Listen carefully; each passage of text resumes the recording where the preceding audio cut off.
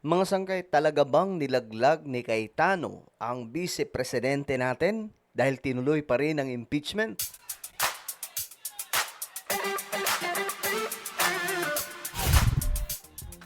So mga sangkay, nagiging usap-usapan nga po ito ngayon, itong patungkol po dito kay Cayetano, no? Maraming naratibo ang lumalabas mga sangkay na nilaglag nga daw po niya si Sara Duterte. So ano ba talaga ang totoo dyan, mga sangkay? Pag-usapan po natin.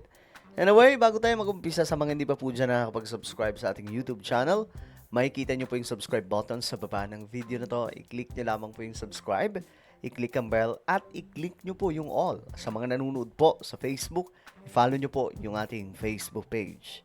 So, shoutout po sa lahat ng mga solid sangkay ngayon. Guys, comment down below, hashtag solid sangkay, kasama po ang inyong mga lugar para magkakilala-kilala po tayo. Okay, so nakakatuwa lang, no? Sa tagal na po ng panahon natin dito. Kailan ba ako nag-start mag-vlog? 20. Sino yung mga nandito na noong 2018? Sige nga, kasi nag-start ako mag-vlog 2018. Actually, 2017.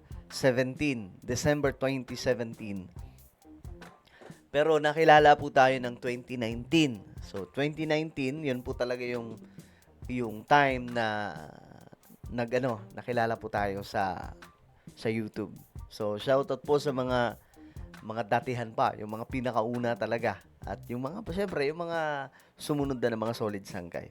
Anyway, ito nga po, mga sangkay, pag-usapan po natin itong si Cayetano.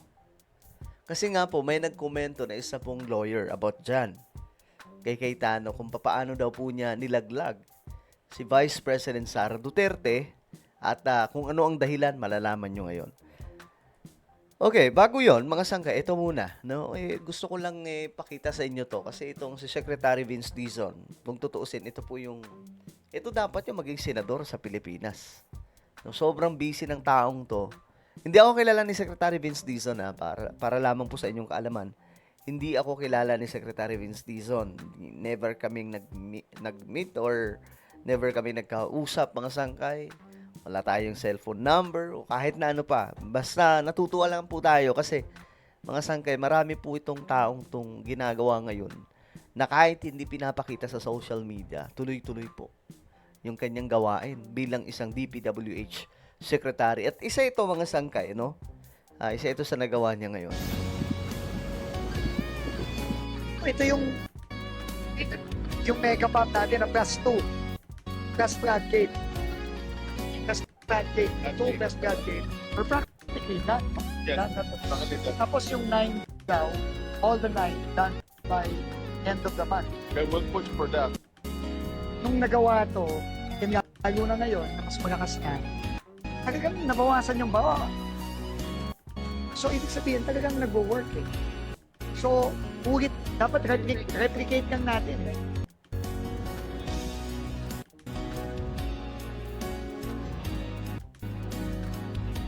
So, yan po, mga sangkay, yung pumping station o tinatawag na upgraded Wawang Pulo pumping station and floodgate.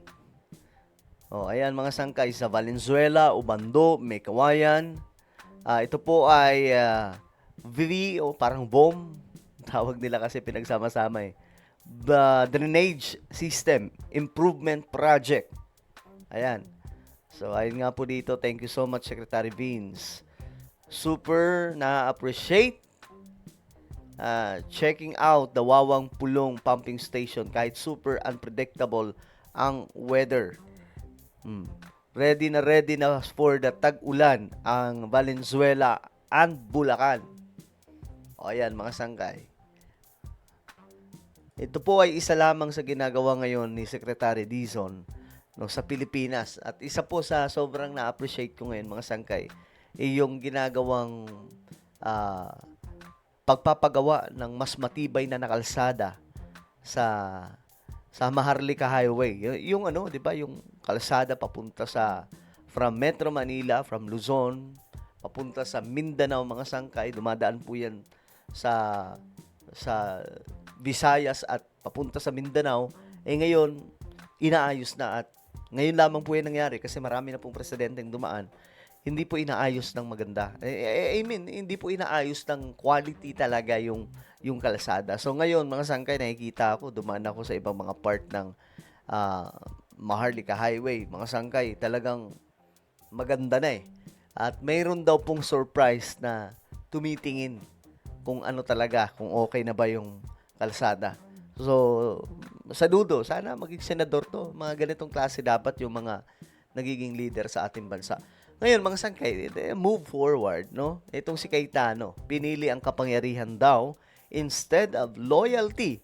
Actually, maraming kinabahan po talaga. Kasi akala po nila mga sangkay na itong si Cayetano, i-delay yung impeachment complaint laban po kay Vice President Sara Duterte. Pero hindi eh. Ngayon ito, may reaction ng isang lawyer. Alan Peter Cayetano, pinili ang kapangyarihan kaysa sa loyalty. Pinili ang kapangyarihan kaysa sa loyalty.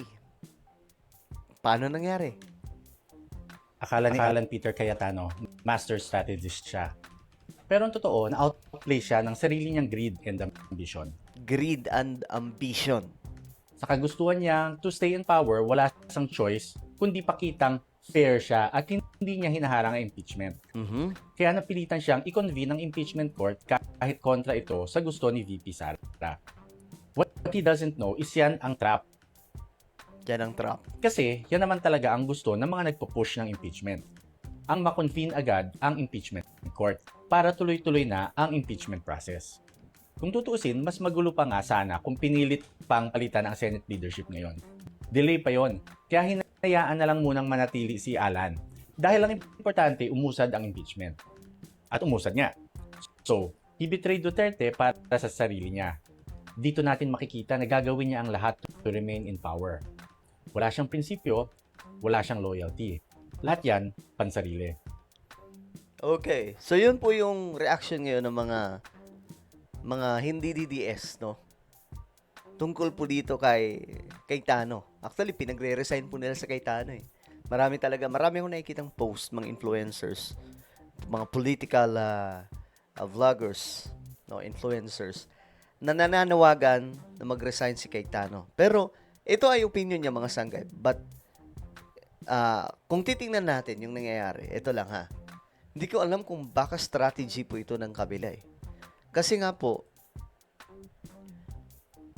siya pa rin ang pinipili ng mga DDS senators na maging Senate President.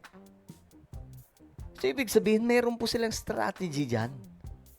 Yan ang tingin ko ha. Tingin ko hindi dahil sa may pansarili siyang kagustuhan o trinaydor niya ang Vice Presidente. Pero ang tingin ko mayroong strategy. No, itong mga DDS senators kung bakit kinonvene po agad itong impeachment complaint ni VP Sara na maging korte na po itong Senado para po dito sa kaso ni VP. Kung ano yan, mga sanggay, malalaman po natin yan, lalong-lalo na kapag ka nag-umpisa na itong bakbakan, no, doon sa Senado. Pero ang isa sa delikado dyan, kapag nilabas na yung mga ebidensya. Kasi may mga ebidensya daw eh. May mga ebidensya daw mga sanggay. Pero hindi ko alam kung kaya pong salagin yan ng mga DDS senators since dinerecho po ni Cayetano. Kasi ang ine-expect nga po ng marami, hindi itutuloy ni Cayetano. Pero tinuloy pa din talaga. 'Di ba? Well, ano po ang inyong opinion tungkol dito? Comment down below. Meron tayong YouTube channel. Ito po ay Sangkay Revelation. Hanapin nyo po ito ngayon sa YouTube. At kapag nakita nyo na, i-click nyo po yung subscribe, i-click ang bell, at i-click nyo po yung all. Ako na po ay magpapaalam. Mag-ingat po lahat. God bless everyone.